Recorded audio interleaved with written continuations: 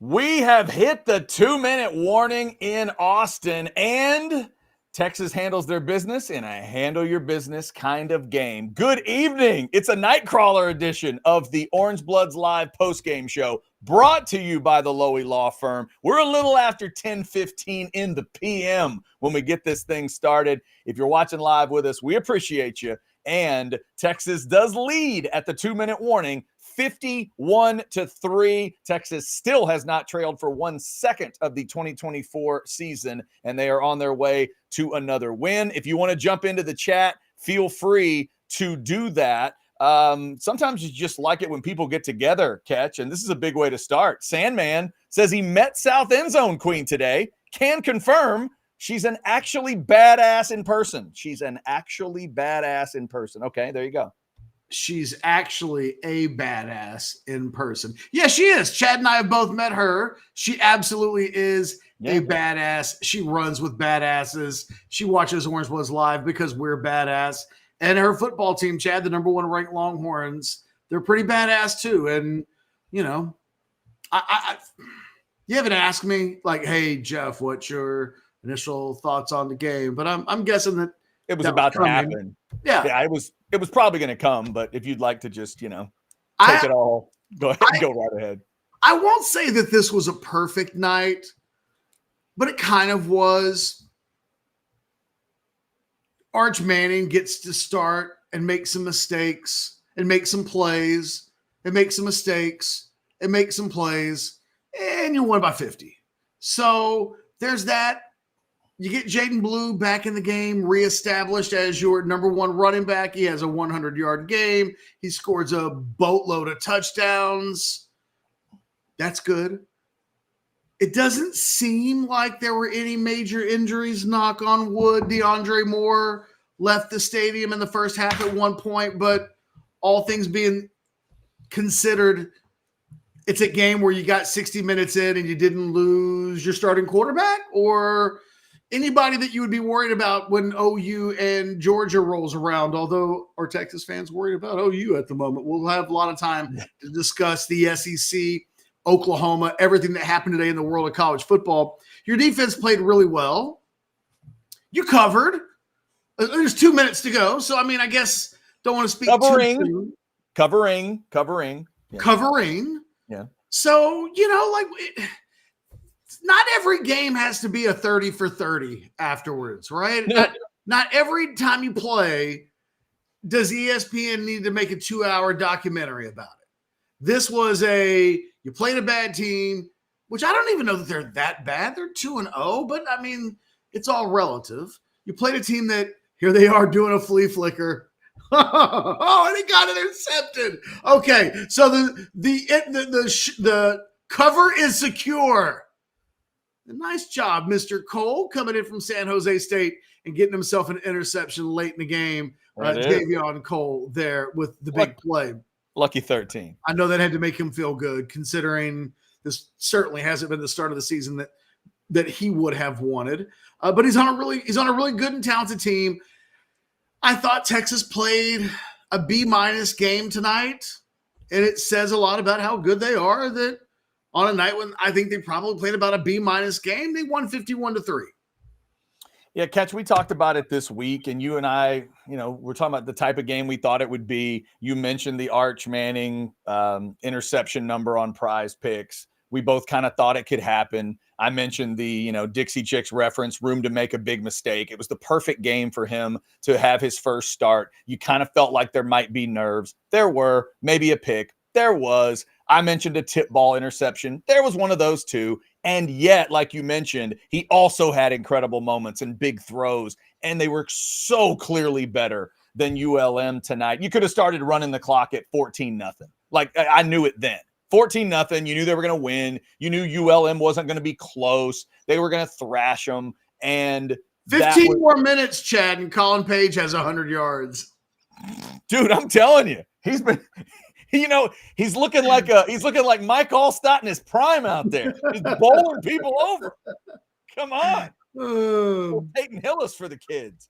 It is exactly what you'd want in certain regards. And the other interesting part of it, Catch, is we end up with, and we got a couple super chats coming in. We want to just jump right in there. Here's the first big, the second one that came in, but the bigger number right now. S. Roan for $5 super chat. This proves it's Quinn's team, but Arch is the future. S. Roan, I mentioned this week the feeling of like, is something going to happen that'll make a Texas fan appreciate Quinn during this game? Catch, I think that happened. I think there was a good sense of where everything is with this team. And in the cutaways to the sideline, we saw some Quinn ERS leadership tonight. Had the earpiece in, screaming, hollering, staying engaged, conducting, like huddles and stuff like that. So I like that, by the way. Like that's absolutely. You know what the coaches don't have to do anymore, Chad? Tell us that Quinn ERS is working on his leadership. We've seen it now, and it feels like the one thing they never have to do again, and I think we saw it tonight, was like tell us that this is Quinn ERS' football team, or that he has been working to be a leader. Like you can see it with your own eyes. It's no longer needed. And for a while, the coaches, Steve Sarkisian, even Quinn himself, have made such a point to talk about it and it's a final now. It is official. Texas wins 51-3. Handshake at midfield is over with. I don't know that anything happened tonight that changed anything. It was Quinn ERS' team. The question that I was asking Chad yesterday was, is there anything that could happen tonight that could make people go a little haywire on Monday, that start asking questions? And ultimately, we thought the answer yesterday was no, that if anything was ever going to happen, it'd probably have to happen in the Georgia game. I don't even know in the OU game that something like that could happen. And nothing tonight changed anything. When Quinn ERS comes back, he's going to put up big numbers. If he's healthy enough to go next week, he'll put up big numbers. This Texas football team does perfectly fine in a game like this with Arch Manning. And I thought the team as a whole got in a good exercise. I thought Jaden Blue getting 25 carries tonight was the most important thing that happened beyond Arch just getting a start and being able to, I think, put some money into piggy bank for 2025. Jaden Blue gets 124 yards rushing, 25 carries, 4 touchdowns total. This is what I thought he was going to be doing before he gets hurt in the opener. And you know what? If you think about it, I don't know that we were expecting that Blue would play this much. Maybe he would play. But if we go back and if we were go back a week and say, let's just forget about Arch Manning, what would be good for this team? And I think getting Blue back and having him have real success as a starter over the course of an entire game, they need that by the time they do get to Oklahoma, and certainly by the time they do get to Georgia. So I thought real low-key, Jaden Blue getting the workload that he did tonight actually did this team a lot of good. Up over 730 folks in the Specs chat. We appreciate you being there. We've already got super chats rolling in. Reminder, Anwar Richardson will join us from DKR, from the press box, the real late night version for him. We'll get that in a little while. The thoughts of Steve Sarkisian after the game. Obviously, Anwar will take that in and then jump in and let us know what was said. Let's grab some super chats here. And remember, you can always cut the line with a little bit more into the old tip jar. Biggest number I see is $19.99 from Type O. So Catch, can we now stop with the what ifs with Arch now? 2 different nows. It's now. I mean, probably not. I think that if Arch were to play next week, we'll get a different performance. The thing that we keep saying over and over again is there's a clear edge in experience and comfort, and that Arch is like a supernova talent. I think it was almost a caricature of our impressions of the quarterbacks. I think you can still do what ifs with Manning. One of the things they're so different, Chad. It was really interesting to watch Arch tonight I would watch plays, and in my mind, Quinn would make a different decision. He'd go shorter. There was one play in the third quarter where he went deep. It ended up being a pass interference. The pass interference, I believe, on the Ryan Wingo throw. Do you know the throw I'm talking about? Yeah. He's got a guy intermediate wide open. Yeah. I mean, wide open. And Arch loves to throw it deep. And what we've learned going into Quinn ERS' third season is that they just don't do that a lot with him. And he has altered his game in a way where we don't see. I'd love to go back and count the numbers, how many deep balls Arch threw tonight, 20 yards or more in the air down the field, versus how many Quinn has done in 10 quarters of football or 2.5 games, or however we want to frame how much he's played so far this season. Texas was a much more vertical offense. I think file that note away, because when Arch becomes the starting quarterback, I think we will know how different this offense will look. Will it be better? Maybe, maybe not. Quinn's pretty good. The offense is really good with him, but they're two totally different offenses when these two guys are alternating, or one's in the game and the other one's out of the game. Arch really likes to go down the field, and Quinn does it a little bit of a different way. And it's interesting because Texas has kind of multiple ways to win games in a world where that was ever needed. I don't think it will be, but you know what you're getting with Arch. I mean, if the goal is we got to go down the field in 3 plays, he might be the better option than Quinn, because I mean, he just looks to do it, and he throws a good deep ball, threw a couple under tonight, but all in all, you can see how comfortable he is in that respect. In Texas, I thought they had a lot of plays they made down the field because of his willingness to do so. Type O cutting the line again. How about $49.99? Yeah, I saw that. I think, Chad, Type O, you get a free one. We appreciate you. You remember in Unforgiven when the cut up woman, you've seen Unforgiven, right? I have seen Unforgiven, yes. Remember when she's trying to give Clint Eastwood a freebie? Yes. And he's like, Type O, you get a freebie. Because you did the $49.99 and he didn't send anything. And then I think he sent the $19.99. Was a little bonus. Okay, I got bonus. You. Maybe thought we didn't see it. Just so you know, we'll give you a bonus. We'll give you a freebie. We'll do that.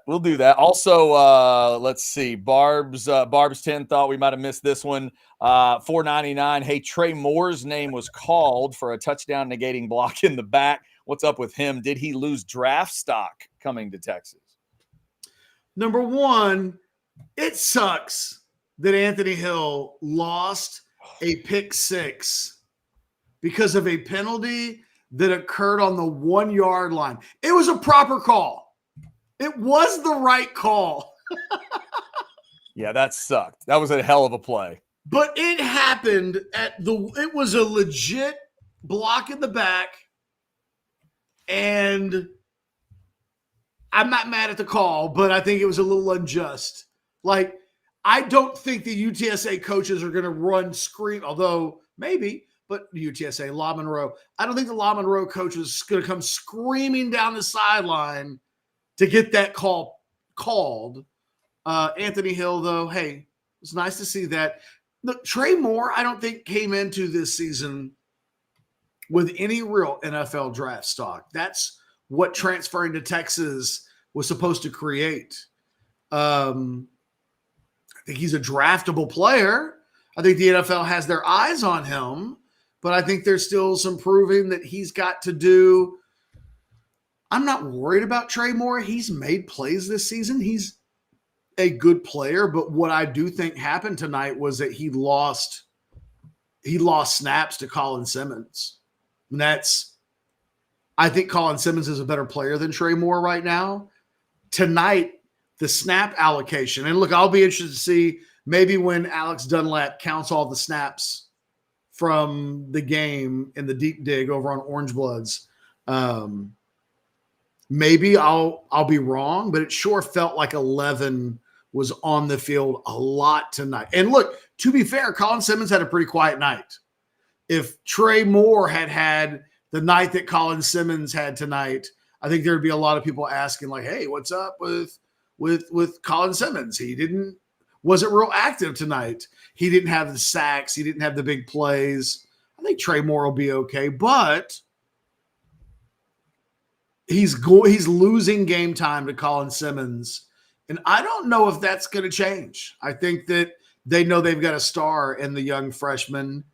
And, either you make plays, Trey Moore, if you're listening later on YouTube, either you make plays and they play you more, or the other guy makes plays and they play him more. And I think that's kind of where we are right now. Thank you for that super chat. Let's move to this one. $9.99 from Oscar. All right, can Arch Mania die a little? Right. Yes, he's talented. Sure, he throws a good deep ball, but it's like almost everyone else. 50-50. Enough of this Arch versus Quinn talk. Yeah, it's not going to necessarily die, Oscar. But again, like I said earlier, I think things felt like they needed to feel after a game like this. I think some reality sunk in on a lot of levels in this game. There was some moments where you go, oh, okay, it's not going to be perfect on every single play, every single time. And to your point, Catch, earlier, the offense does run differently. If I was a Texas fan today and you give me that choice and say, hey, there's a drive coming up against a badass defense, who do you want? I'd say I would say 3 before you finish the question. Yeah, the thing that's important to remember about Arch, and it's in all of this discussion, it's one of the things that's been, I feel like a point that's been hammered home time and time again. Arch still has to do all of the firsts. Same stuff that Quinn had to do 2 years ago. He had to make his first start. That happened tonight. But there will be a point, and you don't really see it on the runway in 2024 at this point.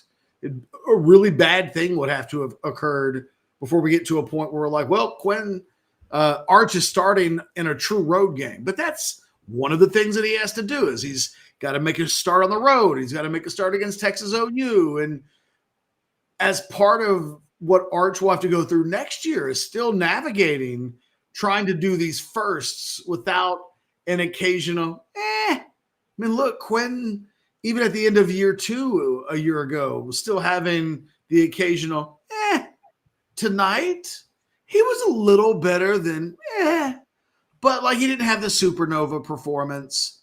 Right. You could just see some of the naiveness of his game still, that there's this lot of stuff that I think he does really well.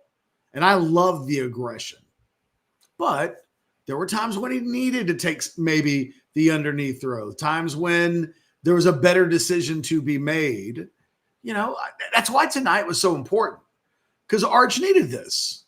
In a perfect world, before the season started, if you said, hey, if there was a world out there where you could just start Arch and nobody would make a big deal out of it, and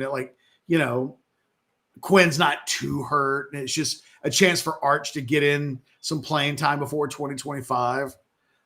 I think this, what it reminded me of a little bit, Chad? This is a real throwback. This is, you and I are old, and maybe nobody under 30 is going to completely understand this reference. Tonight felt like an old Cowboys preseason game when Romo was a baby, when it was up. And I can remember when Romo was a young quarterback, and there was the suggestion kept being made that the preseason games were helping make something, right? That the games didn't matter, but I can remember when he was a young guy and Bledsoe was the starter, and Romo's preseason stuff was eventually supposed to mean something. And then it did. Then he got on the field and you were like, oh, 3 years of preseason games, and here you go. I kind of thought that a little bit tonight. I watched this and I thought, you know what? you and I will be doing a post-game show next year where Arch is starting and doing his thing, and we'll reference this game, and we'll talk about, remember that first start when he did this, and then tonight, his third career start, he did this. You know, I think that you can't put a value on what tonight meant from 30,000 feet up for the football program. A lot of good stuff for 2024. But if you could sneak in something that's going to make next year better without any real risk at all, I think you would take it. It kind of felt like that's what tonight was. Now we'll see what happens next week. They don't need Quinn ERS to beat Mississippi State. Mississippi State might just show up by themselves. Well, and it got worse for them today. Shapen's out for the year now. No, he got hurt during today's game, if that even matters. But some.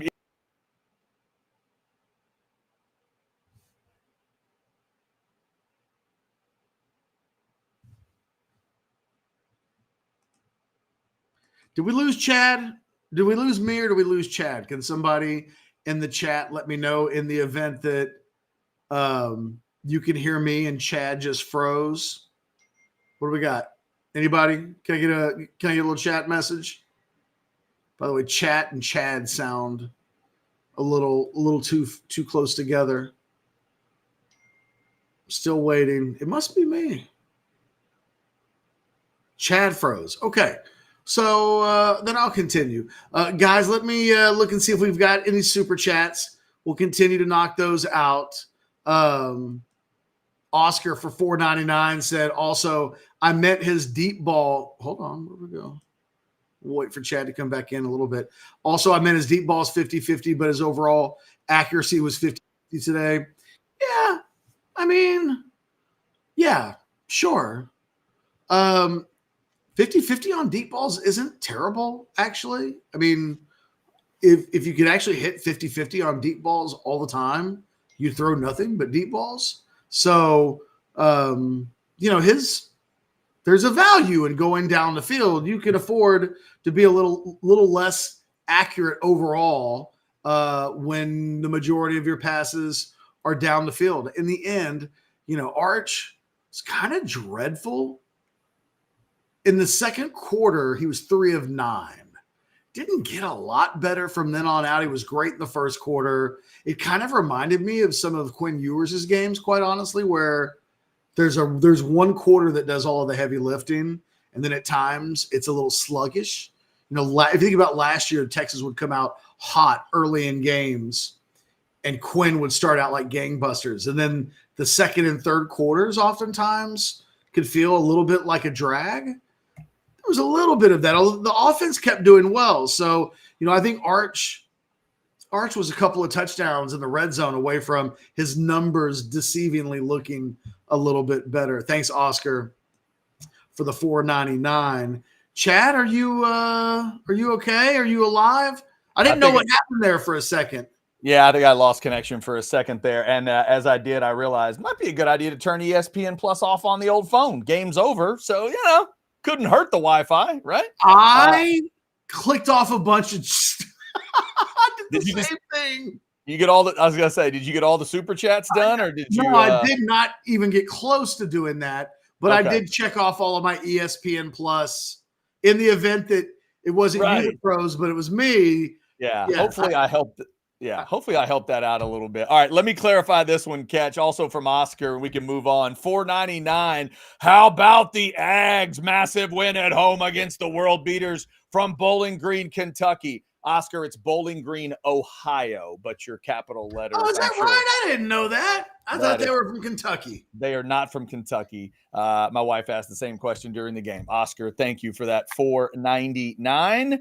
We will definitely talk about the two rivals because if you're a Texas fan tonight, not only did you get a 51-3, but nothing happened in College Station or Norman that made you shake, shiver, get scared, get worried. Not that those games aren't what they are, but you certainly didn't see anything massive from the two rivals. We'll get to all that. Let's see. Oh, and let's clarify this one too for Jamie. I feel kind of bad. Super chat $4.99. What's the rationale for starting this early? Thanks for spoiling the Cole interception for me. I like to watch the whole game without interruption. I hate it. Well, Jamie, watch the whole game then. Why would I don't understand. Who forced you to jump in? Did somebody grab your hand? And I don't understand. What's the problem? Catch, are you following the logic here? Well, I feel you, Jamie, but we've started a new thing this year where we start at the 2-minute warning. If you join us at the 2-minute warning, now look, this was a blowout. We're doing 2-minute warning if it's a tie game. Yeah, you're upset that Catch spoiled a Cole interception when they were up 51-3? Like, that really ruins your night? He did not say it ruined his night. I am sorry. He said, thanks for spoiling the Cole. All we did was, he didn't say like on a scale of 1 to 10 of annoyance that he was at a 10 over having it spoiled. He just said he was spoiled. Yeah, the rationale. He could be a 3 on a scale of 1 to 10. It's true. The rationale, Jamie, is we've been starting at the 2-minute warning of these games. So the rationale is, Jamie, the rationale is that there's a lot of competition. And what was happening last year, we were doing the watch along, like full transparency. We'd finish the watch along, and then Chad would be done for the night. So I would be switching studios, and I would be trying to get Jason involved. And look, as you can see, although I haven't sent Jason a link, did you send Jason a link? Jason's not on this week. Oh, well, so it would require me waiting for Jason, and sometimes that would take 5-10 minutes. So this year we want to get a jump on the post-game show. So this is what we're doing. That's the rationale. Nope. Now you know. Yeah, there you go. All right, Jamie, thank you. And we are sorry again for any inconvenience there. $5 from Jake. Would you call You should have seen what I did to Chad last year in the middle of an A&M game. Like, trust me, that was tough. It can be worse. It gets worse. Hell, you could have done it tonight. I thought Bun missed that field. Tonight, I thought Bun missed that field. Looks elite to me through 4 games. Your thoughts on the defense, Catch? We haven't really Chad, talked a lot I'm gonna about have to kick. Chad, why don't you reboot and come back? Okay. Yeah, Chad's got to reboot. We'll knock out the rest of the super chats. Jake says, again, for $5, would you call the defense elite or TBD? At least damn good in my opinion, but this defense looks elite to me through 4 games. Well, here's what I would say. Number one, they're super athletic. I think they've got a lot of playmakers on this defense. I think maybe the most exciting thing for me is these corners give up nothing. Now, they will play better quarterbacks. Eventually, they'll play a good quarterback, right? They'll play Georgia, and maybe that's it. But as far as good quarterbacks this season are concerned, but they don't give up anything. They're not giving up nickels and dimes. They're pitching shutouts. So I don't know that I'm expecting that to continue in tough games, but they're really good. Malik Muhammad, really good. Jahdae Barron, really good. Tonight, pick any of the corners. They're all playing at a really high level. I feel like there are nights when Jalen Gilbert doesn't even get mentioned, in part because he just does his job, doesn't get beat. And when you're the nickelback and you never get beat and he never even gets tested. So I think they're really good in the secondary, and they're getting good safety play. And the linebackers tonight, look, the combination of Anthony Hill, David Ben, and Leonga Lafau, they combined for 12 tackles, 2.5 tackles for loss, 2 sacks, a near pick 6. I mean, that group had a really good night. So it's too early to say they're elite. You can't be elite if you haven't played anybody yet. Because what's the best offense that Texas has played so far this season? It might be Colorado State's. Seriously. And I say that with all due respect to Michigan beating USC today. That was good for Texas, by the way. But they're not good on offense. There's some bad offense in college football right now. Because I watched a lot of Oklahoma and Tennessee today, and Oklahoma's just wretched on offense. Wretched. We've been hearing, oh, what happened when they get their receivers? But Jackson Arnold is terrible. Terrible. Charles Barkley would say, I see Chad Hastings is back. Chad, you still look like you're grainy and you're very still bad. I was told the internet went weird in my house a few minutes ago. So yeah, you're terrible. Bad. So Chad's gonna exit stage left for a little bit. Eshron 45 says Jackson Arnold equals Garrett Gilbert. Maybe. I mean, look, I love Garrett Gilbert, so it pains my soul when you make the comparison. And Garrett Gilbert's got a Super Bowl ring and an NFL pension, but if we talk about what Garrett Gilbert was at Texas, hell, Garrett Gilbert went to Lincoln and won that game on the road. I mean, maybe you got to put some respect on Garrett Gilbert's name at this point. Is Jackson Arnold even Garrett Gilbert? It was not good tonight. And I don't know what Oklahoma does. I'll be honest. I know it's the Texas postgame show, and we'll get back to the super chats here in a second. Thanks, Eshron. I would have put Jackson Arnold back in the game in the third quarter. At the end of the first half, you see Malik Hawkins, or Michael Hawkins. You see him get a series, and it was like, oh, this is what this guy can do. And they're down by 3 scores, and they've got a quarterback that's not really a pass guy at this point. I would have put Jackson Arnold back in and tried to put Humpty Dumpty back together again. Now, maybe the OU coaches felt there was a little bit of the Chris Sims 2001 Big 12 championship game where it was like, pull him for his sake, because Jackson Arnold was that bad, and the backwards lateral that ended up being a turnover was like the death knell for him. But I don't know what Oklahoma does. I will assume that Jackson Arnold will regain. Here's what they'll do. They'll say that they're either going to say that Jackson Arnold's just going to start the next game, or they'll say that there's a competition in practice. Whoever practices best in the upcoming weeks will be the guy that gets the starting quarterback. I think that would still be Jackson Arnold, but woo, I don't know. I don't know. I don't know what Oklahoma does. And I don't know completely what Texas A&M is going to do either. It's not an ideal situation for either of those schools to be in right now. Jarrett Taylor says, Lowell Galindo will never stop being a hater. I hate him. Damn, Jared. Did Galindo have a bad night? I thought Galindo was okay. Man.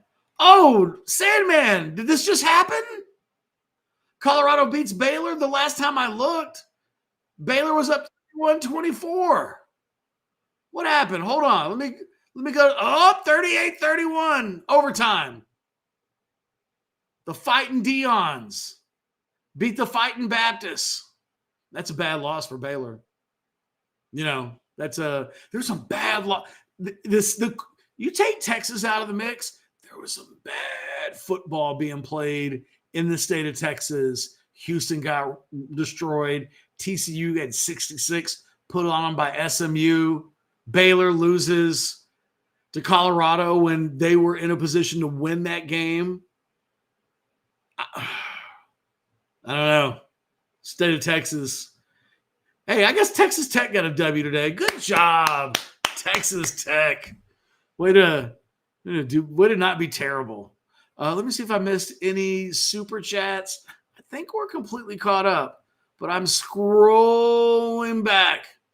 Jamie, don't get smart. I will ban you. I will ban you out of principle. And I'll ban you and still take your $1.99. Yes, it's called the post-game show. It's post-game show right now. We start the post-game show a little bit early, which you didn't have to do. You did not have to join the post-game show pre-post-game. I'm just saying. But I hear you. I feel you. But it's not a big deal. You shouldn't be super chatting us about this. I missed that one. Again, I feel like I did a good job explaining it. Like I literally went through the entire process of this is why we do it the way that we do it. I explained it just so you know. Like I feel like I got to that question late, but I gave you the answer early. Okay. As far as I can tell, I'm completely caught up on Super Chats unless Jamie has another one that I've missed. Oh, no. No, this did not happen, Jared. Or Gerard. I think it's Jared. It could be Gerard. Tell me if Jared, I feel like I've asked this before. Is it Jared or Gerard? It's important. I want to get that right. Colorado rushed the field. I'm so mad at myself. See, this is what happens. I'm doing a post-game show, and I'm not watching TV. And this is where Chad comes in really helpful because then he can talk, and I can do this thing where I'm like leaning over here and watching football, and I missed Colorado rushing the field. I hope that happened. Because I will eventually see that. And yes, ATX, I gave a volleyball clap for Texas Tech. That was a decent win for them today. And considering what happened in the rest of the state of Texas, non-University of Texas division, I gave Texas Tech a volleyball clap. They won a game. They didn't get 66 put on them by SMU. I guess Texas A&M didn't exactly. For $5, Tom G says, ban him now, and I will pay a $50 super chat. Damn.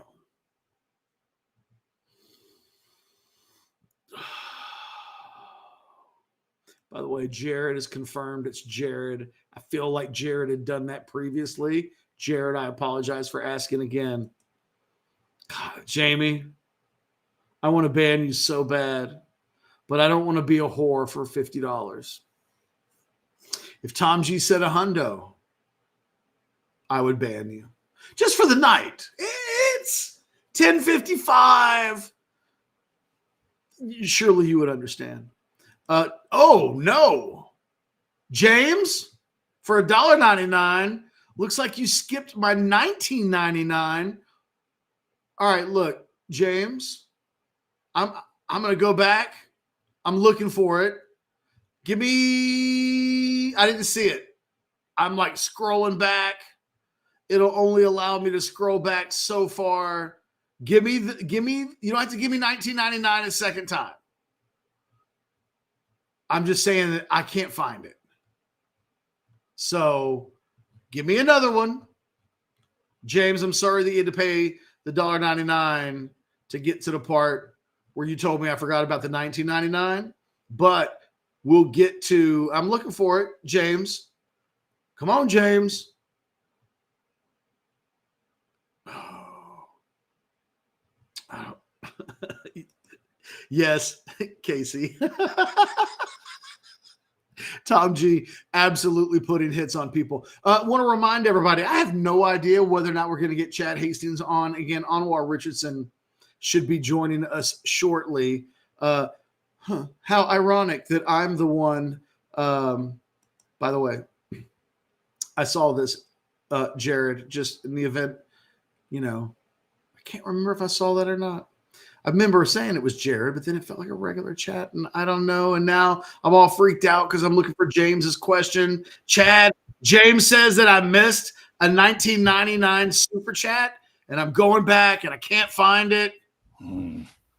That sucks. Am I decent at all, Catch? I feel horrible. Not really, but you can hang out for a little. No, you're terrible. Still terrible? The audio is, from what I can see, Yeah. your lips are not matching the words. But I can hear you, and like maybe it will get better. I don't know. Google I don't Scholar know. You can tell me what to do. I'll talk for a second, see if it's good, and if not, I just don't know. I've rebooted everything. I don't know what else to do. I don't know. Poor Chad. Chad just had a conniption fit, and then we didn't get to hear any of it because his because his connection sucks. Terrible. Jake, I'm still looking for your super chat. I don't know what you're doing. Jake, you had a second $5 super chat about I don't know where it is. You're going to have to tell me. You don't have to pay money, but you're going to have to tell me. And I'm looking for it. By the way, they tied in good for us. South end zone queen. Thea?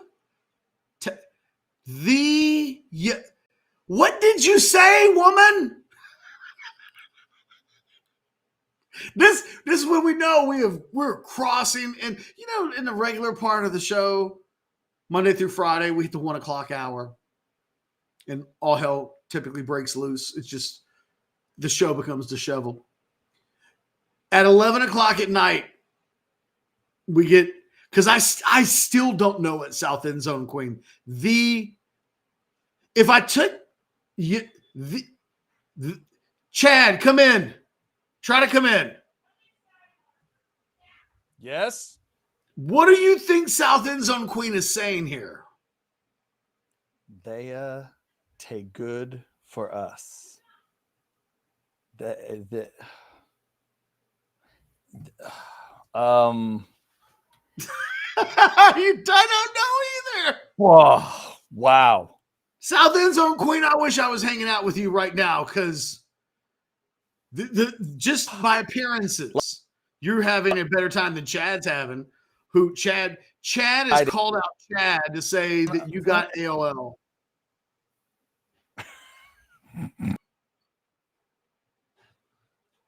Chad, I don't know what to tell you. Chad is not the next Lex Luthor. Chad is the next Max Headroom, which is really for the kids, for those of you who are out there. Text Guy 2 said it. He's doing the Max Headroom. Which, here's the thing. I know how frustrated Chad is. I've been there. You reset the modem. You go out, you go in. You go out, you go in. You go out, you go in. You're doing everything that you can. All you want to do is a goddamn post-game show for La Monroe, for God's sake, at 11 o'clock at night. And he can't get his connection right. Who the hell knows where Anwar is? Somewhere in the bowels of DKR. I'm still trying to find Jake's super chat, which I can't. Jake, I'm scrolling down right now. It's a lot of Chad discussions. Off the rails. I'm not trying. Okay. James, you paid for it. I apologize. President of the Leongo Lafau fan club. Kid lives in the backfield. He pushes for starting time this year. Probably not, James. I don't think he's going to start this year, but he's playing a lot. It's interesting. I had this thought about him today because he played really well tonight. But it's La Monroe. There's a part of me because what I was thinking about with Lafau tonight was, is he a starter for the next 2 seasons? And I don't know. I think about who Texas is trying to get in recruiting. I wonder, in all likelihood, he could be a starter next year, but is he the long-term starter? I don't know yet. Very possibly. Because the thing I was thinking tonight is, at worst, he's going to be a very good player. Now, is he, because if you're Texas, you'd like to have multiple Anthony Hills on the field. You'd like to have at the linebacker position what happens at the wide receiver position when Jonte Cook has a hard time getting on the field. Jonte Cook is really Talented, well, why can't he get on the field? Because there's a bunch of talented dudes. I think you'd like to see the linebacker room get so talented that Leon LaFau really has to battle for a spot. I think David Benton is playing really good football. I think the linebacker position is somewhat turned into what the defensive end position is, which is there are certain packages and certain down and distance situations where I think LaFau is going to get on the field more. Kind of like we know when pass rush situations are a thing, we're seeing Colin Simmons come in and play a lot. I don't know. I think one of the things I'll ask Alex about LaFau is when is he coming in? Is there one thing I haven't paid a ton of attention to is what the down and distance is. Is he just playing more or is he playing specifically for a certain package? I'll see if Alex can figure that out this week. Thanks for the $4.99. Jake, I'm still looking, by the way. Oh, South End Zone Queen says, I meant Chad's good for us, but then he went bad again. Yeah. No, he's got Elgin internet tonight. And normally that's not a problem. But tonight, Chad being from Elgin and having, I think he has Spectrum. Sucks. Spectrum sucks. Just does. Chad's back. He's going to try. I don't know if I'm back. Who knows? Hey, your mouth and the words are matching. The mouth and the thing. I reset the router again. I don't know. Are we good? Not good. Max Headroom. You're still very Max Headroom, but I think it's doable for right now. Doable for now. That is good. South End Zone Queen, I'm sorry. I have no idea. Am I supposed to tell my wife and daughter to get off their phones? Is that? Oh, I have done that. Bad? Is that what? It's like, kids, yeah, get off the internet for the next hour. Is that what I'm supposed to do? I mean, that's what I do. Because you never know when someone's tablet or my wife was on her phone watching. When I went downstairs, my wife was watching you. Is that bad? I mean, if she was using the internet, it may be bad. Wendy, we both love you differently, but we both love you. Hit the thumbs up button on your phone. As we continue to go, I know South End Zone Queen, I know it was a typo, but I really enjoyed making fun of you as if you were so trash that you couldn't type a sentence. Yeah. Sometimes you have to let me have this fun during a La Monroe postgame show. Because let's be honest, we're not watching this ever again like after tomorrow. We're going to put the Adam Lowy La Monroe post-game show. You can go back and watch that Michigan show, post-game show all year long. It's a pick-me-up. Tonight, it is kind of what it is. Varsity Collectibles. I see that you gave $1.99. Thank you. I can retire now. But you have no comment. So I'm going to look. Oh, by the way, Jake, I love this in all caps.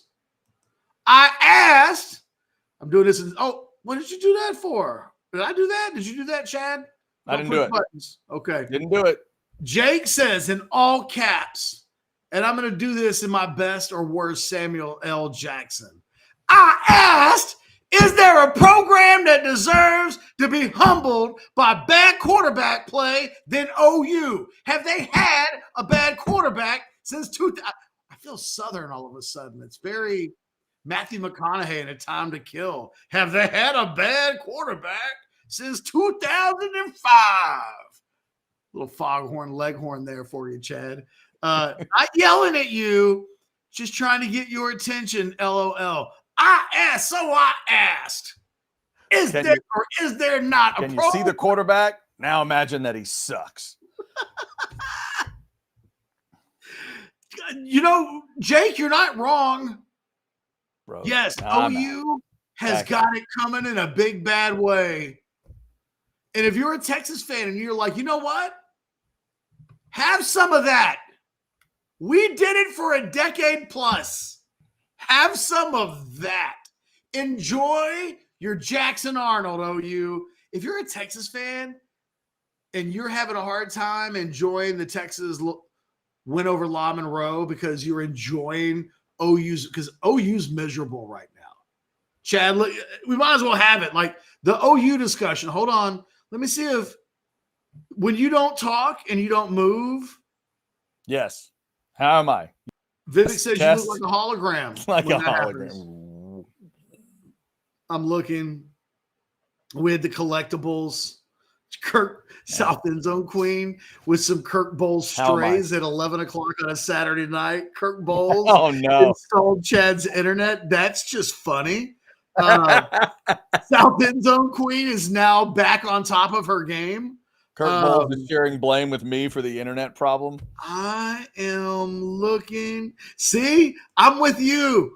My tube 95635 shocked. Chad is offline and catch is good. That's what I'm saying. I actually said that already. At least one of them is fine. Wait, is Wendy in the chat? What happened? I don't know. Is she? Now, she is. She jumped in? She said, it's our Wi-Fi keeps cutting out. Thank you, Wendy, for the play-by-play. Yeah. I went down and asked them, like, could it be the fact that both of you are sitting here on your phone at this time and they both yelled at me and I came back here? So, by the way, this is not a super chat. Nope. But not how it works. I appreciate at 11 o'clock thinking you could just sneak that in there. That's a Dr. Evil. $1 billion. Nice show. By the way, Catch, multiple chatters are concerned that my shirt's trying to choke me. It's not true. I'm not going Chris Sims. I'm not going Charlie Strong. It just appears that the top button is, but it really is not. It's just it's that. Not. Everybody, thank you for the concern, though. Okay, Google Scholar. What I was going to do there, Chad, was put that up and then not read it. Okay. Well, see, he's like, you didn't read my super chat. So I was going to put that up but not read it because I thought that would be ironically funny. Hold on. I thought I did, Google Scholar. I felt like not only did I read it, I felt like I put it up. I haven't seen it, but I've been having issues. So, yeah, we could blame. I don't know. The problem is we're getting so many comments, Chad, that they're going by the wayside pretty quickly. So I'm having a hard time going back. Google Scholar, give it to me again. Although now I'm starting to feel like I'm getting scammed, Chad. Now I'm getting the feeling that like nobody is actually sending super chats. They're just telling me that they're sending super chats. Let me ask you this. As an Aggie, what'd you think about OU tonight? I mean, what I saw, just a really sluggish football team. And, you know, if what we've seen plays out in a few weeks in Dallas, it's one of those games where the Longhorns will be in control. I mean, it just looks like it's a struggling bunch. I thought they'd stand up a little more tonight. They did not. And maybe that Tennessee defense is pretty decent too, because they looked better than I thought they would look as well. Super T72 for $49.99, Chad, and that is an authentic super chat. Chad is a badass. Never give up. You literally froze when you did that fist pump there, so that was fantastic. Who knows? Yeah, that's it. Oscar, you asked for $1.99 thoughts on the back. Oklahoma looked beatable. I have no idea if you heard what I said about OU. I did actually. Okay, yeah. I'd be thrilled watching that game if I was a Texas fan. And as an Aggie fan, I wish they were on the Aggie schedule. I don't always say that. Thoughts on my thought on the backup quarterback for Oklahoma is that they need to put Jackson Arnold back in the game and think about how dire the quarterback play would have to be for me to say, you know what? Because Chad, when you were gone, one of the points I made was I would have put Jackson Arnold back in the game in the third quarter. Two reasons. One, you're still trying to win the game, and Hawkins at quarterback gave them no chance. Ultimately, Hawkins playing quarterback in the second half meant Oklahoma was playing to try to score once. And I don't think Jackson Arnold was going to come into that game and get them to where they needed to be. But I think he probably needs to be. They got nobody else. They are absolutely, and this is the officer and a gentleman stage of the Oklahoma season. They got nowhere else to go, Chad. They got nowhere else to go. What are they going to do? They're going to play Hawkins against that schedule? No. That guy is not ready. He's not ready for midday, let alone prime time. He's not ready for overnight yet. And I like Hawkins. I like him as a player.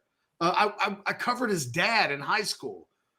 I wish good things of him, but they got to go back to Jackson Arnold and hope that kid figures it out. And if he can't, Oklahoma won't go to a bowl game this year. Their schedule is so difficult that I can't give them any of the remaining home games against top 10 teams that they're playing. What they did tonight isn't good enough against anybody, really. Yeah. And look. The only thing they got to hope catch is that to realize Missouri went double overtime with Vandy today, and we really don't know how good Ole Miss is. So maybe they can hope that they're closer to those two teams than it appears right now. The thing is, you watch the other teams that were on the OU schedule, all of them got dump truck today. Houston is so bad. How did that happen? Tulane, I don't even remember who they played, but they lost. OU's bad. OU's bad. It's been there in front of us all year long. Now they know. Now they know. I would not go to the Cotton Bowl this year if I was an Oklahoma fan. Don't do it. Get what you can get for those tickets. See if you can give them to OU, sell them to OU fans. If I'm an OU fan, I'm not going to the Cotton Bowl this year. Don't do it. Texas can play a B- game against Oklahoma and beat them by 35 points. Oklahoma's defense is pretty good. I mean, Lord knows they tried, Chad. Forced some turnovers. Tennessee played like a C- game tonight, at least on the offensive side of the ball. Oklahoma's bad, just bad. I can't wait to be done with the show so I can go over to OUinsider.com and just read. Like, how about this? Here we go. I'm disgusted. This is from RU Roughnecks on the Rivals Network. I'm disgusted. I just picked a random thread. Quote, let's be honest. Doesn't matter who the quarterback is. The O-line portal kids are awful with 5 exclamation marks. Trey, nobody can play quarterback behind that O-line. Must start the freshman O-line, EPP, etc. Brady in Montana can't play behind this offensive line. Nick Anderson is a puss. Our wide receivers are 5 foot 10 inches. It's like playing darts trying to throw a bullseye. Catch, it's serious when an OU fan uses an exclamation point because you have to hit a shift to do that. You have to hit 2 different buttons simultaneously. That's tough. I'm just telling you, like, look, been a lot of OU fans over the years that have gone over to Orange Bloods to, like, watch and read the meltdown. I'm just letting you know from midnight. Now, look, it's not as good as, like, having sex. Sorry, Tom, over at A&V Consultations. Right? But because my wife is doing something else right now. Like the new ad, by the way. I'm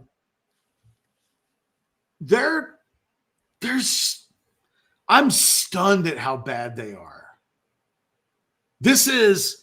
Look, it's the same issue that Florida State has. I was listening to, and Tom, I see that. Hold on. Let's knock Tom's super chat question out of the way. It's been up there long enough. For Google Scholars, since I didn't read it. Sorry, Google. Who does OB hate more, Galindo or Shedeur Sanders? It's 11-11 and OU still sucks. I think they hate Galindo more than Shedeur Sanders. I don't know if that's fair, but sometimes fair, as Clint Eastwood told us as William Money in Unforgiven, fairness ain't got nothing to do with it. And it just kind of is what it is. For $5, Longhorn Football Edits. Glad Arch earned some valuable learning opportunities tonight. Yeah, man. Longhorn Football Edits. That's the moral of tonight. Nobody got hurt other than DeAndre Moore. And again, you hope he's okay. Although, if you were going to pick one of the top 6 wide receivers on the roster, if you had to lose one for a game, a hangnail, anything like that, at this point, DeAndre Moore would be that guy more so, I think, than anybody else. No offense to DeAndre Moore, because we're talking about a really talented wide receiver rotation. But beyond that, guys got playing time. There were young guys like Leonga Lafau that played better. Anthony Hill had one of his better for a while there. I thought, oh, this could be his All-American tape. Yeah, I think there was so much more good than bad in a 51-3 game. So, yeah, I'm with you 100%, Longhorn Football Edits, that this was good for everybody. The only thing it wasn't good for was Quinn ERS' Heisman chances. And I'm telling you, there is nothing these next couple of weeks will do in terms of creating harm that pistol whipping Oklahoma and beating Georgia in consecutive weeks won't fix. Because there's nobody else out there that's running away with this thing. It's not like he's having to keep pace. I don't even know who in the hell number 2 is right now. Maybe Cam Ward, maybe. But I haven't paid attention to anything really that Cam Ward has done since the opening week of the season. So we'll see. I don't know. Yeah. Hey, Catch. Yes. Anwar's ready to go from DKR. Since my stuff is messing up, let me duck out. I'll look for super chats and stuff. But let's bring Anwar in. You guys take it the rest of the way. Make sure you hit the Specs whiskey sale at least one time, and I'll be dealing with super chats if that's all right. You got it. We're bringing in Anwar Richardson here on the Adam Lowy, the Lowy Law Firm postgame show. Anwar live from DKR. Anwar, you'll get a chuckle out of this. Chad's dealing with that Spectrum Internet BS tonight. You know, it's interesting that that's the second time that Chad has dealt with this, because I was supposed to fill in on Wednesday and he had internet issues. And so, I was waiting around most of the morning for that one. So yeah, he too everybody needs to find, what is it, Google Fiber, whatever this next wave of internet is in Austin. He definitely needs to we all need to do that probably. Anwar, give me the breakdown. You were there for Sarkisian's post game. I'm going to be quiet and kind of let you take the floor for a moment. Yeah, I mean, you don't have to be too quiet. I mean, because I don't think Stark said a lot of things in the post game that I think you're going to say to yourself like, oh man, like that was revolutionary. Like, I think he said overall he was very happy with, obviously the team performance. He thought they rebounded well after, a little bit of a slow start. He did mention that something interesting. He said it was the 5th largest crowd in DKR history. Obviously someone told him that, right? That'll be in the notes. He said he thought that tonight wasn't really a super clean night. Some penalties that they committed that, were kind of uncharacteristic from them. But he said he never felt like the penalties really became a thing that, kind of threw them totally off base. He thought Anthony Hill had a good game. I know you just mentioned them. You mentioned Javion Cole towards the end as far as having a good game as well. So, so he did talk about JB, talked about Cole. And of course, the getting ready for the SEC play that's there, as relates to Arch. one of the things that he said, Catch, was that he said, based off of what he saw in the game plan, what ULM was doing, he said that, he felt like, it was kind of important to maybe take some shots down the field. But, he said in hindsight, maybe he could have done some things a little bit differently as far as the play calling is concerned. He also said that, Arch, of course, being a young quarterback, has to learn how to take some of the check downs and not always go for the shots if they're not there, right? So he said, again, kind of a learning experience, but he made it very clear, Catch, when the day was done, that, he's happy that Arch is getting the reps. There's a lot of good learning lessons for him that are there. But they need Quinn back and to be back as healthy as quickly as possible. Obviously, no timetable given for that. But, again, I thought he was very, very delicate on how he talked about that whole situation as relates to Arch. And I think with realistic, expectations. He even said, even when he started talking about the interceptions, he said, like, yes, obviously you want that number to go down, but he goes, that's going to happen. And, guys are going to throw interceptions. And then eventually, he said that number will go down. So, overall, fine. I think he was fine with that performance. Really happy with the defense and the way that they played. Really happy at the way that they played at home, Catch. He pointed out that in their 3 games at home, they've scored over 50 points, I think, in each of the 3 games. What was that, 52-0 versus Colorado? Yes, last week was 51 they scored against UTSA, Catch? Is that, am I going off from memory correct? 56, right?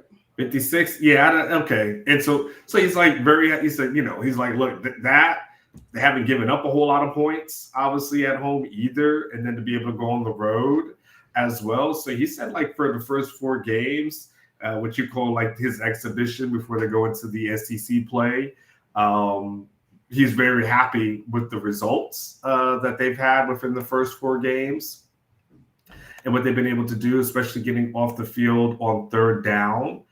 Very happy with that. I think, what did ULM convert today? I think they were 2 of 12 on 3rd downs. So, very happy with what they were able to do from a 3rd down perspective. Like some of, the rotation as far as the defensive tackles are concerned, being able to, one of the key things, Catch, you and I talked about this all in the offseason, being able to make sure the internet here, by the way, DKR is a little sketch. I think it looked like I went out for a second, or at least froze. But being able to get guys a lot of PT in 3 out of the first 4 games, very happy as far as that. And then basically kind of moving on to Texas will have their first SEC conference game next week, building towards that. And then he felt like, at the end of the day, they've built a team that he feels like they could be very competitive in this conference. And so feeling good about where they are going into the conference play. So that was it, Catch. I think overall, it was a 12-minute press conference. So, it wasn't the longest thing. He was also very happy with Quinn. He said he told Quinn, one of his roles was to kind of keep everything light with Arch. He said when Arch keeps it light, he's really, really good. So they didn't want him to get like too focused in on too many things. And so Quinn's role is kind of make sure he stayed relaxed throughout the game. And he did. And that's really those are kind of like the highlights of everything, Catch. Wasn't really much more there, like I said, to gather. Again, saying good things about Alfred Collins and Vernon Broughton. But he also said Bill Norton has been a good addition for them. Tia had played well. He said he saw more of Alex January tonight. So, overall, kind of what you would expect when you play a ULM. Onward, once you get beyond the quarterback discussion, at least for me, I thought probably the most important thing that happened tonight, and it wasn't something that we talked about a lot about going into this game because I don't know that we knew just how available Jaden Blue would be in this game. But from the moment you reported in the pregame, okay, who were the two guys? It was Quinn and Derek Williams were out of the game. Yes. I was like, oh, well, that means Jaden Blue's going to play. For the first time this season, Jaden Blue is really the starting running back. And I was not anticipating 25 carries. And yet it seemed pretty clear that they want to go into conference play next week. And it makes sense with their running game being a little bit more determined than if Jaden Blue's going to be the starter. He needs some work because that's one of the things that hasn't happened a lot so far this season. He misses last week. He's limited in the Michigan game. You know, it kind of is what it is. Establishing him tonight will be one of those things that I think in future weeks we'll look back on and say, well, that really was a good thing that came out of the La Monroe game. When Jaden Blue exited, 25 carries to Jarrett Gibson's 5. So, I mean, they told us with their actions, a healthy Jaden Blue is our starting running back. And tonight that meant success, and that needed to happen. Yeah, I think that's a really good observation. And he also averaged, 5 yards a carry, as well. Jaden Blue did. So obviously, as you don't catch that, those are good results, right? I mean, that's a first down every 2 times you touch the ball on average. So they were able to get him established, get him those reps, again, heading into conference play. Catch, I think at the end of the day, when you talk about the Jaden Blue and everything else, like at the end of the day, no matter what we think about Mississippi State, I still think the staff is going to approach it like this is an SEC team. We better not take anybody lightly. We need to make sure we've got all our guys ready for SEC play. Like, I think we can look at it and say, all right, well, Mississippi State, that's a bye week, right? I mean, what the hell is that going to look like? They just lost their starting quarterback. But I think to your point, they felt like, hey, Jaden Blue, you need to get some reps. You need to get into some sort of rhythm going into conference play, even if there is a bye week. Like the last thing you want to catch, with some of these guys is not to be in the rhythm, kind of a shaky game versus Mississippi State. Then you got a bye week and then go into OU and Georgia back-to-back weeks, right? These next 2 games are kind of important to establish this stuff. To your point, Catch, even, we saw a lot of the starting offensive linemen through the third quarter, and for, I have to see when those guys came in. I think maybe starting in the fourth quarter or so. They were very intentional on making sure their guys got some good quality reps, injuries be damned. Like if you're healthy, you're going to play. And Jaden Blue looked the part. Like Jaden Blue looked like the guy that we anticipated he would be, the guy that we talked about when he was battling C.J. Baxter in the offseason. We're like, well, he's got that explosiveness. I mean, he's got that twitch. He's got the good balance and everything. So you're right. I think 100% as relates to Jaden Blue, he was able to go off and really get off to a good start. And by the way, it's a hell of a lot of touchdowns. At some point, I was like, Sark does say he liked to have those 1,000-yard backs, Catch, and he was like, "Yo, you mess with my stats right now, Jaden. Like you're gonna have to put up some numbers here, brother, because I can't go a season without a 1,000-yard back. I thought he played well." Well, the good news is he'll probably play 15 or 16 games this year, so they may get to 1,000 this year, and it might be a watered down version of it. But you know what? To the victors go the spoils. If you get into 15, 16 games. And that's what gets you to 1,000 yards, then it was meant to happen. Anwar, let me see if we've got any super chats to catch up on. I know that we had a couple. I definitely will go to Super T. Super T 72 says for 1999. Thank you, Super T. Gunnar Helm is a weapon for Quinn. I don't think he was a target for Arch. Why the difference? Did Sark mention anything? No, I mean, kind of to a certain degree, but I think it just kind of goes back to the original, which is he's got, Quinn. Oh, you got to remember Arch is young.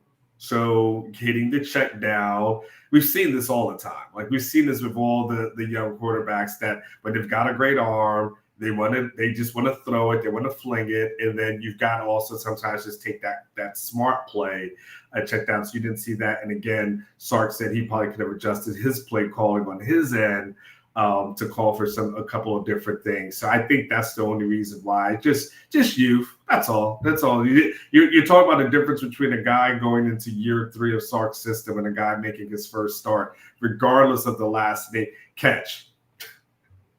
I told you I ain't standing on no tables last week. I said I'm not going to stand on one table and say like Arch is going to be perfect from here on out. I was like, I learned my lesson. I'm never doing that again. And lo and behold, yes, that's what happened, right? So I learned my lesson. It's another lesson for everybody else to learn. Well, and on where I mentioned it earlier when Chad and I were talking that, just because he's Arch doesn't mean that he gets to skip the rituals that young quarterbacks have to go through. Tonight was his first start. It was before you can have a second start, you got to have a first start. And there are implications that come with that. And look, he'll still have to make his first road start, his first conference road start, his first Texas OU game, and at some point his first Texas and Texas A&M game. There are all these firsts that Quinn Ewers, other than the A&M game, because that's later in the year and they haven't played each other, Quinn's done all of this stuff. And I thought that tonight you got to see what that looks like with the naked eye. You could see there were times when Arch had wide open players, intermediate, short, and he's bypassing wide open receivers because he's going for the jugular. Whereas we really haven't seen Quinn be a big time downfield thrower. Like Quinn has figured out, let me throw it to the fast guys. They'll catch it. Then they'll run for a bunch of yards. Yep. And it'll be like Quinn threw a 70-yard touchdown pass. Yes. They all count the same. Correct. But but it's also the clock in Quinn's head moves faster, where Quinn knows it's like 1/1002 that I got to get rid of the ball. You still saw Arch kind of like taking, again, young quarterback, and trying to figure out and processing it in real time. The good part, golly, to catch. I know you kind of alluded to it before I got on, but if you're a Texas fan, regardless, man, if you could wake up tomorrow as an OU fan and think to yourself, what the hell was that 5-star rating for? Because that is not worth the price of admission. So it could be way worse. That's for damn sure. So this is encouraging. There's some other folks who have way more questions than a Texas fan should have. I don't know if Oklahoma's going to be bowl eligible. I don't know either. The schedule is so tough. And I don't know what they do at quarterback now, because Jackson Arnold was legitimately awful tonight in the Hudson Card against Arkansas way. Yeah. So they pull him kind of like that, although obviously everybody remembers Sark gave Hudson into the third quarter, and then he pulls him. And remember Casey did just a little bit. He had kind of the quarterback for Oklahoma, Hawkins, had a very Casey Thompson versus Arkansas kind of performance where he got a touchdown at some point. Eventually they did score a touchdown. He wasn't as god-awful as the other guy, and so I'm curious what they do. I've said this a few times. If it had been me, Anwar, I would have put Jackson Arnold back in the game, because it felt like with Hawkins in the game, they were only going to score a single touchdown. They can't play and win like that. They can't be Michigan, not against this schedule. You can't be, we're going to line up and run it, and we'll go with a running quarterback, and, I guess we just don't need to have a passing attack. You cannot do that. And Tennessee, I think they'll go home feeling like we didn't play all that well, that we can play a lot better, and they still skunked Oklahoma. So I am the most down on Oklahoma right now as I can remember being on Oklahoma in a long time. I don't know what they do. Dude, it's rough. I mean, it's absolutely rough. I mean, quite honest with you, their saving grace was, and this is their thing was, look, you know, they've got a 5-star. Either Texas got a 5-star, they've got a 5-star. Like they'll be able to keep pace. And their 5-star is not like this 5-star. They're in trouble. They've got injuries. Catch, their offense is in net. We're not used to seeing it all.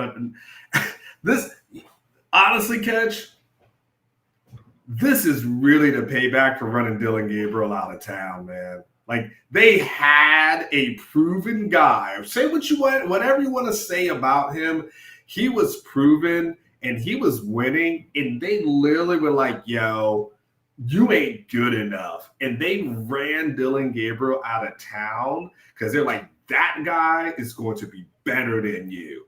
And you know what? He's not.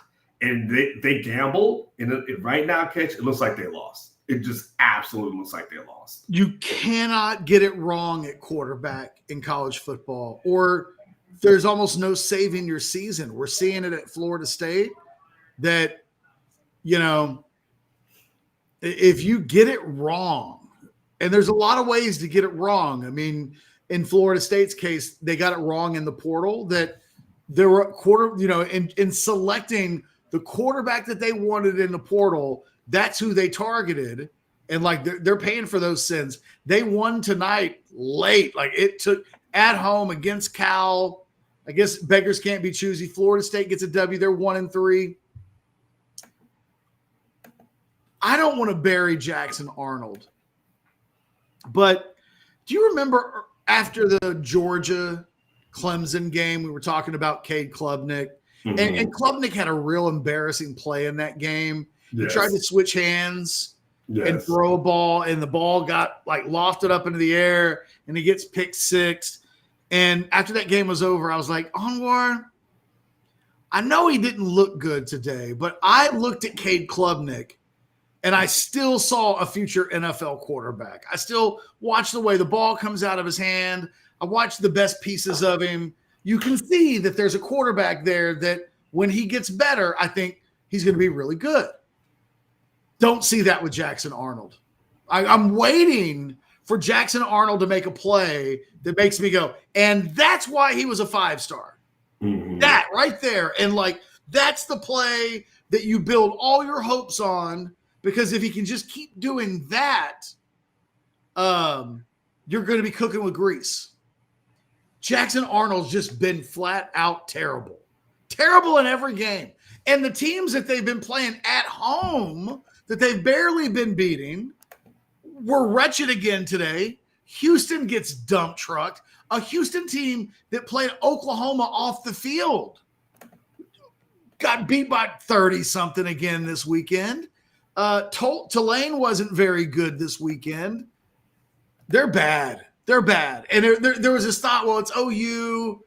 And the thing is, historically, Oklahoma will play bad football in September, and then they'll look like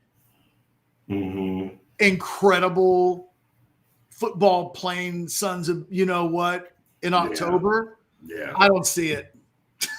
They're pretty good on defense. They are. They are. Now, give them credit for that. They are good on defense. But they're so bad on offense that I don't know. Like, you can't play you cannot come into the Texas game with a cap gun. No.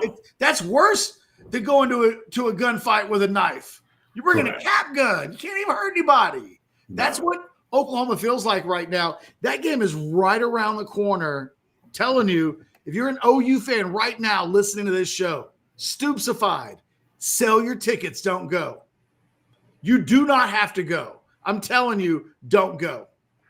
It's bad. I do have a request for you. I do have a request of you, Catch. I do have a request for your 10 thoughts of the weekend, because I've already kind of written my column for Sunday, so I can't really go into this. Good for you. Yeah. I felt pretty good about this one. I felt like Can you put one of your thoughts, one of your sections, looking at the 5 stars? You remember we had this conversation, the 5-star quarterbacks for 2021, including the Quinn ERS, Block, Vandergrift, and then beyond. Because and look, if you want to do some honorable mentions like the Jalen Monroes of the world, like sure, so be it. Well, he's no honorable mention. He's not a 5-star. I'd say 5-star. No, Milroe was not a 5-star. It was for me. Okay, I'm talking about Rivals. I'm talking about Rivals didn't have him as a 5-star. Rivals had him listed as a 4-star. Right. I'm looking at it right now, 2021. Boy, they didn't even have him as a high 4-star. Rivals had him ranked higher than anybody in the country. I had the guy ranked as a 5-star. You did. They had Caleb Williams as a dual threat. They had Ty Thompson ahead of him at number 10, and they had Milroe as their 77th ranked player, number 3rd. Disgusting. That's disgusting. Every once in a while, when people are, you know what? You guys will hold Garrett Gilbert against me, but you won't give me Jalen Milroe. I just want a section in there. I just want a section in there. I will do that for you. Thank you. Especially dedicated. I will do that for you. Thank you, because it is very fascinating to see when I look at the Weigmans of the world, or I look here, and I'm like, these guys are supposed to be hitting. But these guys ain't hitting right now, man. Like these teams look like they might be better without them. And it's crazy when we start looking at the rest of the Texas schedule, Catch. I mean, they're going to play one quarterback with a pulse going down the stretch, Catch. I don't know who is. So Carson Beck is the best quarterback. Yes. And I don't think he's all that in a bag of chips. Mm-hmm. But he's a good player. Definitely a very good player. Who's the second best quarterback left on the schedule? Because I was saying DJ Lagway a couple of weeks ago, but he's not playing right now. I don't got nothing for you. Maybe I don't know. The guy in Vanderbilt, like shoot, It is the guy from Vanderbilt. He's pretty good. Yeah, I mean, like, and that's not saying much, but I mean, that's where we're at. I mean, that's if the guy from Vanderbilt played for Oklahoma, they might have won tonight. Possibly. I mean, possibly they've got the decent defense, but you can't. This is not the 1980s. This is not the 1990s. Like, I know you have to have a good defense. You've got to have an offense, and you've got to have a quarterback who can throw the damn ball and sling the rock and move it down the field. And they don't necessarily have that. Texas has that. And so, yes, Mississippi State just lost their starting quarterback for the rest of the year. So that's what Texas. Sucked. He was horrible, though. I mean, Blake Shapen was so trash.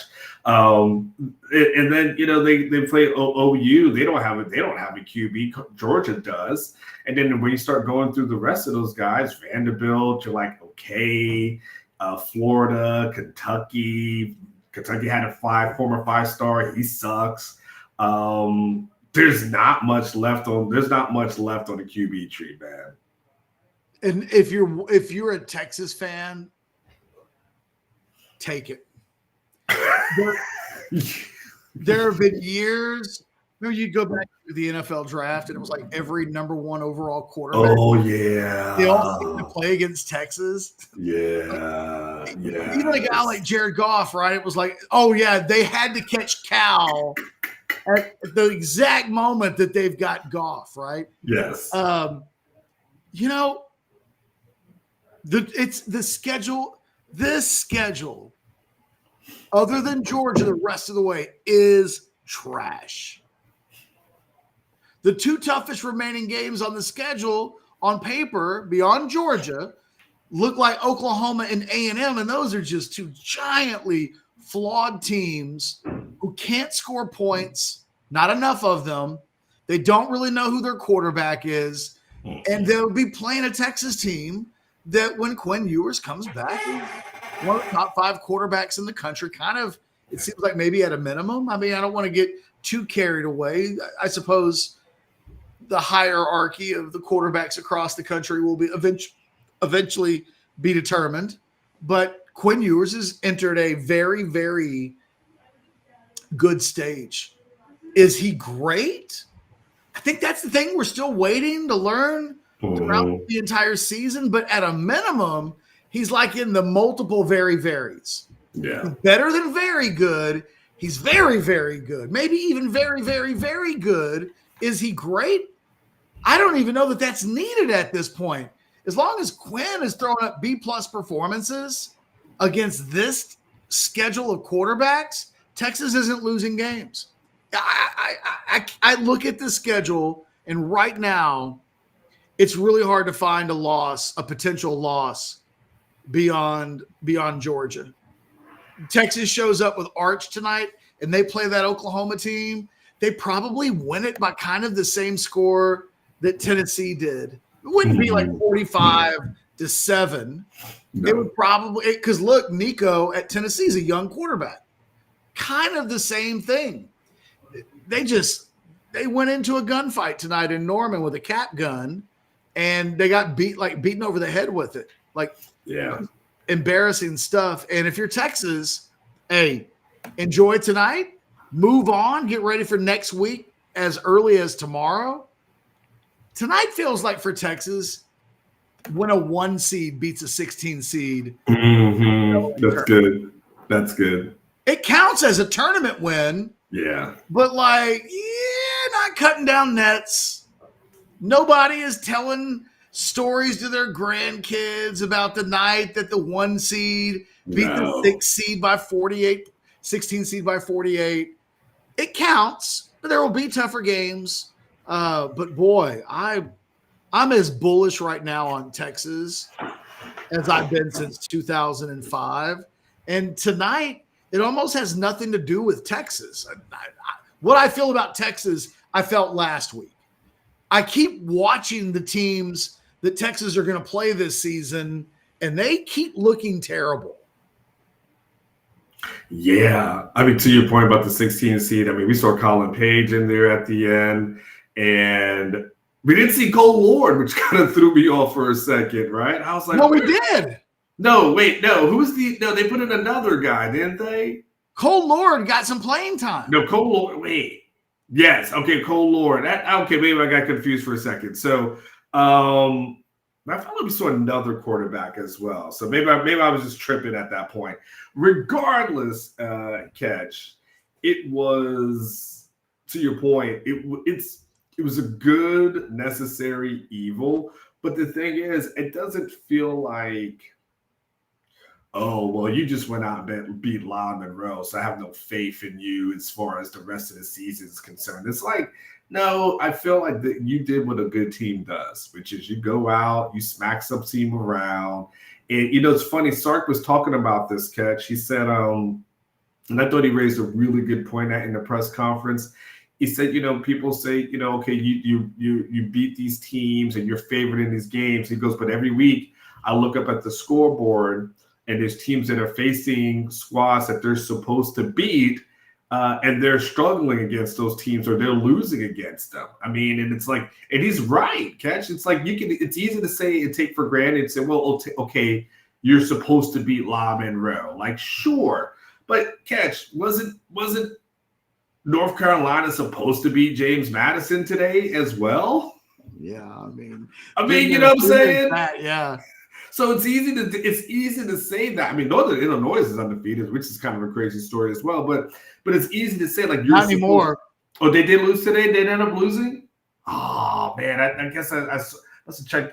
When I saw them, I thought they were ahead. So they were, but they ended up losing in overtime. Oh, that sucks for them. Well, oh well. I know you love that coach, by the way. I know he was every man. Always have that moment. He was yeah, he would. So like at the end of the day, like if you're Texas, at the end of the day, even if someone says, well, you should have beat them, you could say, well, you know what, we can look up at the scoreboard and there's a lot of teams that should have beat somebody and they didn't.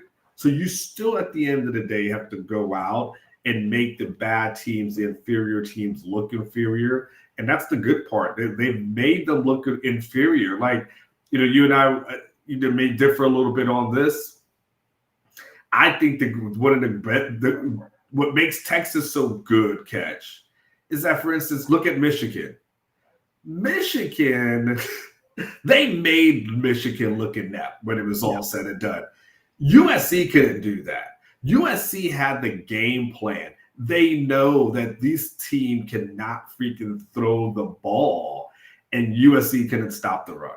Just couldn't. So at the end of the day, you still have to go out and do your part. And I think that's the encouraging thing, is that Texas, at the end of the day, still goes out and they've done their part over 4 games. Scott in Texas, I don't think Texas has to worry about this. Right now, Texas' strength of schedule is one of the best in the country. They will and Michigan beating USC today was as good for Texas as it was for Michigan, because that Michigan win looks so much. Michigan will be a borderline top 10 team after their win over a borderline top 10 team. Yeah. Once you get beyond the top, and look, Missouri was trash today. I wrote this note in my 10 thoughts for tomorrow that I'm not going to tell everybody that Missouri's bad. What I'm going to say is they played Vanderbilt at home, went into overtime, and it looked like if those teams played 10 times, each of them would win 5 times. It was as evenly matched of a game. So, of course, it came down to a missed field goal in double overtime. But that was Missouri playing at home, the number 7 team in the country. Mm-hmm. So I think as this season keeps going along, I really think you've got Texas, Georgia, Bama, and Ohio State, and maybe Tennessee, maybe Ole Miss. But at most, there are 6 or 7 teams that are really, really good. It might be more like there are 4. And I think what it's going to do, though, Anwar, is when we get to November, the playoff spots are going to be bananas. Yeah. Because there could be a team that's ranked 20th on November 1st that is ranked in the top 10 by the end of November. All they had to do is win the right amount of games, get on a little bit of a hot streak. There are going to be so many teams losing week to week. I'm curious to see what it looks like. But I think November for the playoffs is going to be so much more about 8 through 12 than it is 1 through 4.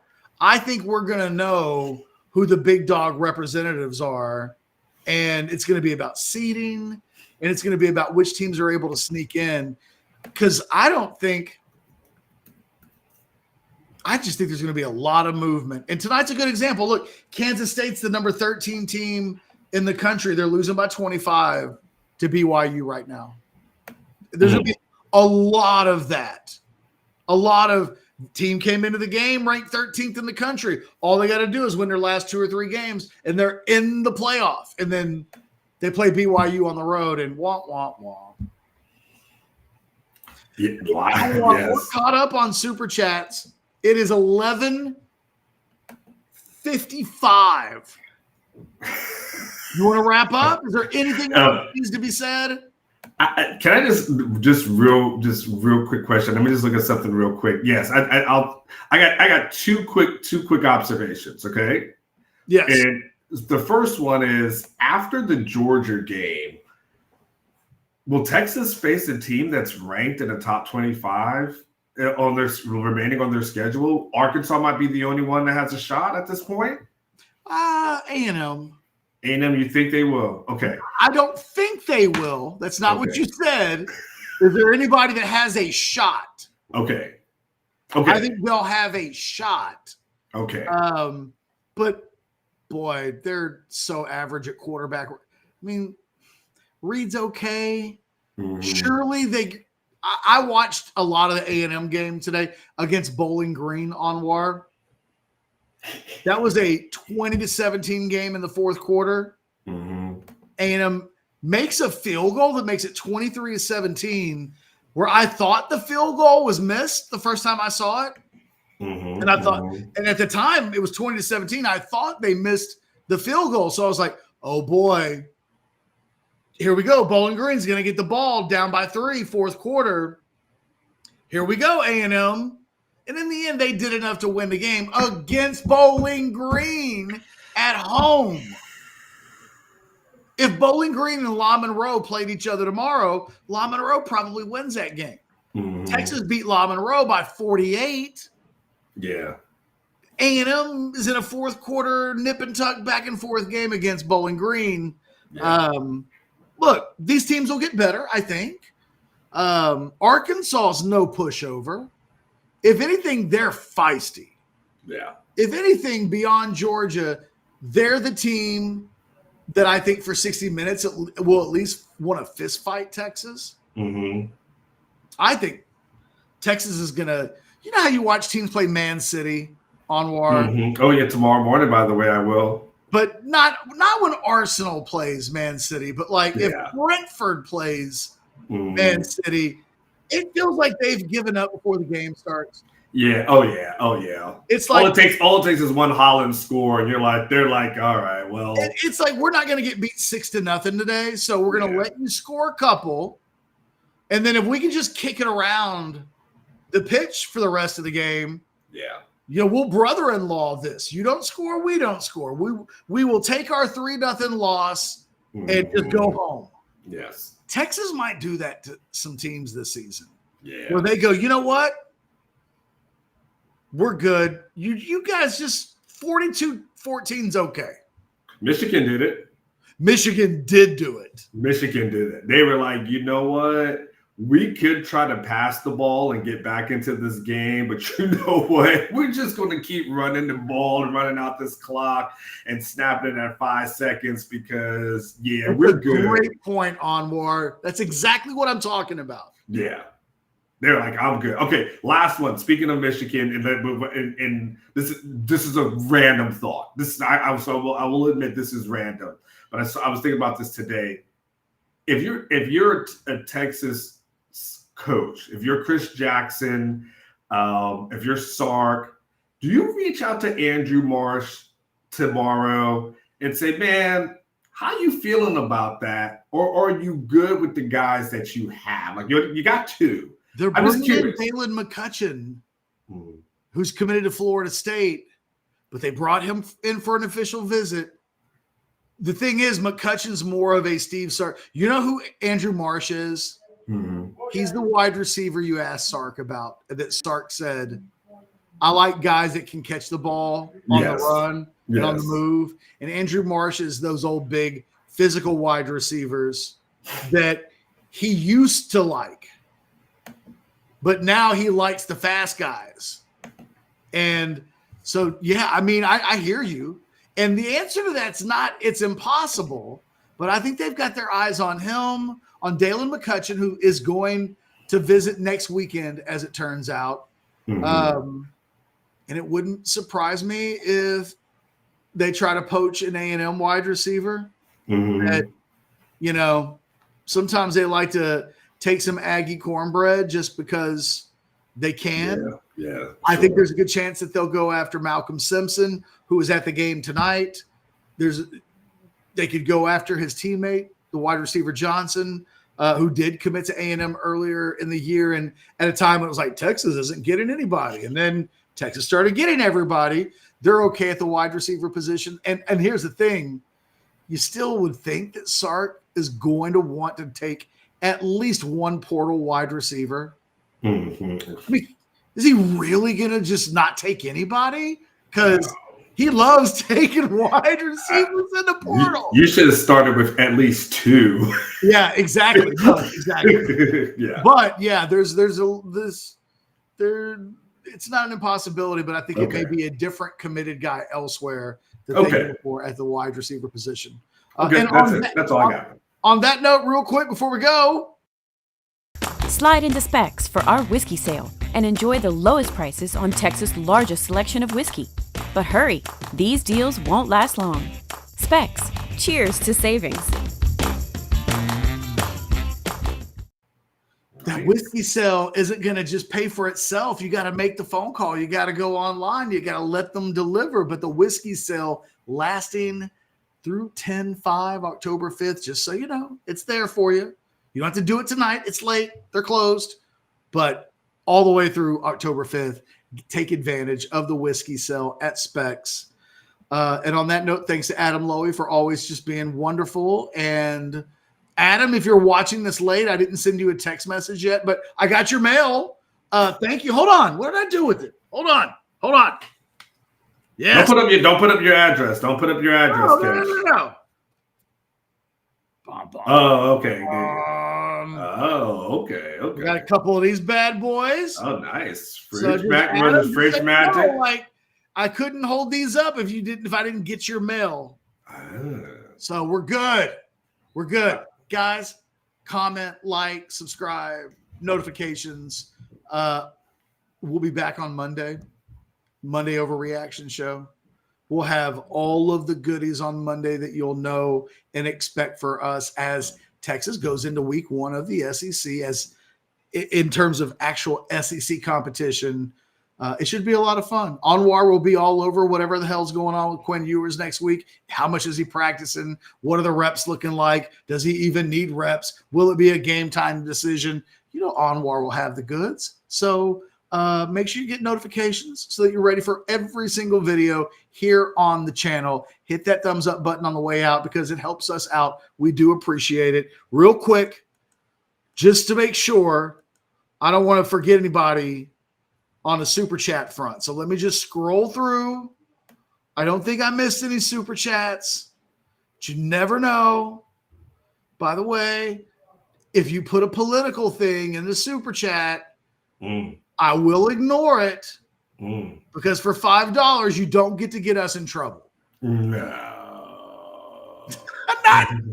Look, who knows? Maybe we'll step in it before the election at some point. Did you get Marco's? OU still sucks. Did you get this one? I did. I put it up there and it just let it marinate on the screen for a while. But yes, okay. Marco's, OU still sucks. All right, I just want to make sure I saw that. Okay.